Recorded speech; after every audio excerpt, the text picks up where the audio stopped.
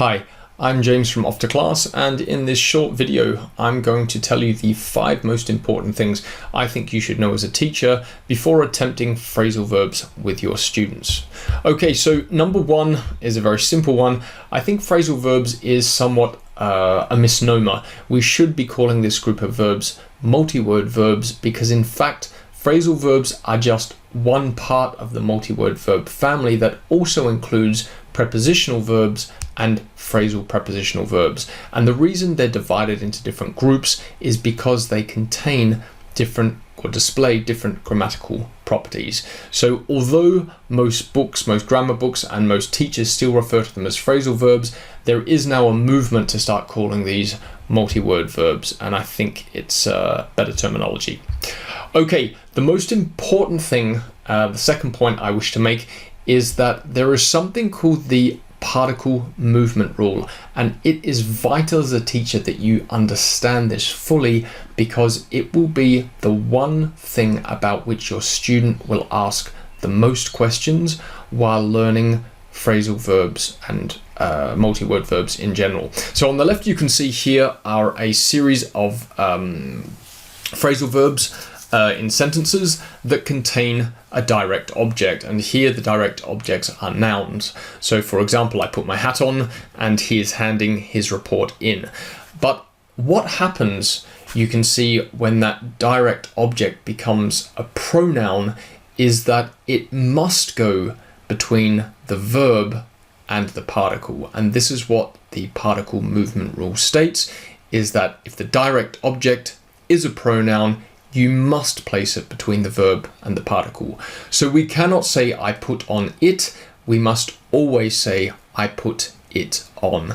So if you learn, or your students learn, the particle movement rule and they then learn to which verbs it applies, they will not make this very common mistake that is still made by students at very high levels, otherwise high levels of proficiency.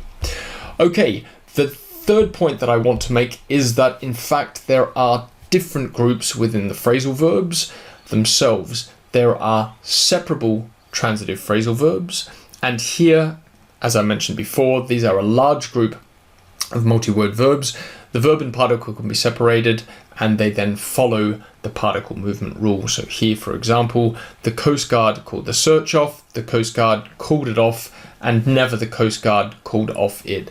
These separable transitive phrasal verbs will always follow the particle movement rule. But you can't separate all transitive phrasal verbs. Another group of phrasal verbs are the inseparable transitive phrasal verbs, and the direct object will always come at the end of the verb itself or after the particle. So for example, we will always say I bumped into him and not I bumped him into. So you can already see the importance of understanding the particle movement rule, identifying the group that the multi-word verb belongs to, and then applying that rule as required. A third and smaller group of phrasal verbs are the intransitive phrasal verbs. 4 examples for you to see here. He dozed off early last night. There's no object in that sentence, therefore there is no reason to have to apply or think about the particle movement rule.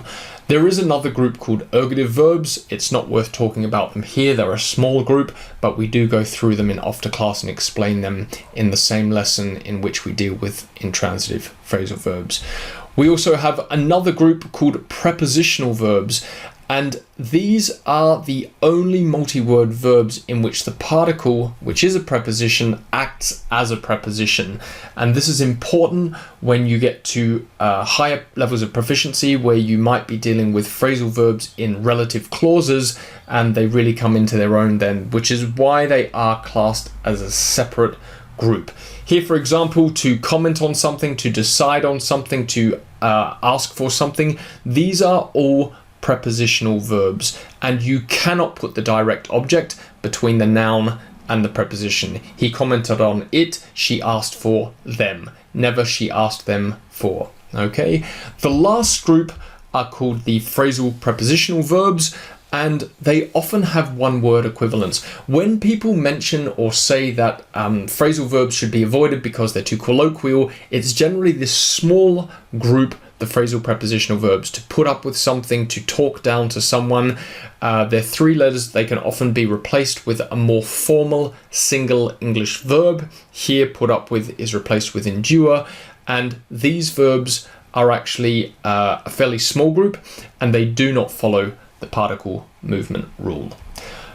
The last thing that I really want to mention is that when teaching phrasal verbs or multi-word verbs, an advanced learner's dictionary is vital.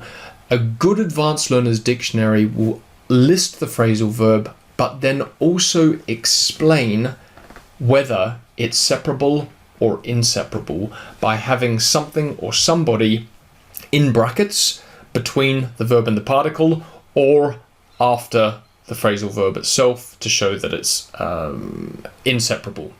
So this is a very important thing. The students should learn to use dictionaries. Obviously, students will need to know about objects and pronouns to be able to use phrasal verbs well. And the other thing that I've learned over the years is that students who are still struggling with compound tenses start to get very confused when you're teaching phrasal verbs. I think this is because the phrasal verbs or multi-word verbs already contain two parts, and then you add a compound noun into that as well, such as a perfect tense, and it starts to become a little bit confusing, especially with the particle movement rule that you throw in on top of that.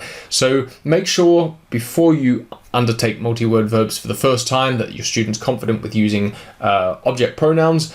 Get them using a good dictionary, and maybe a quick review in particular of the compound tenses, especially the perfect tenses in English. So that's about it. I've already gone over the 5 minutes that I said I wouldn't breach. But what I want to show you here is that on our site we have a vast number of lessons. Our lessons, there are about 13 lessons that explain the grammar itself behind these groups and introduce the groups, and then we have 30 or 34 lessons that actually cover about 500 phrasal verbs that are commonly used in English, and also their noun, the derivatives from those phrasal verbs themselves that we use today. So there's no real preference to how some teachers prefer to group phrasal verbs by the particle. I've grouped them by verb, so the lessons, for example, will contain a whole lot of phrasal verbs to do with come, or to do with go, or to do with keep, or to do with run. But there's no, you may have your own preference, but I don't think there's any real benefit one way or the other. We've just chosen it this particular way. So as we go through the lessons, we provide plenty of examples as we introduce the multi-word verbs. Plenty of room for practice here. As you may have seen before, we'll give you, as the teacher, the answers, some examples, some questions to help elicit that information. And that's about it. So that's all you really need to start, are those 5 major points, and then start with our lessons on after class. And we hope that you enjoy teaching phrasal verbs to your students.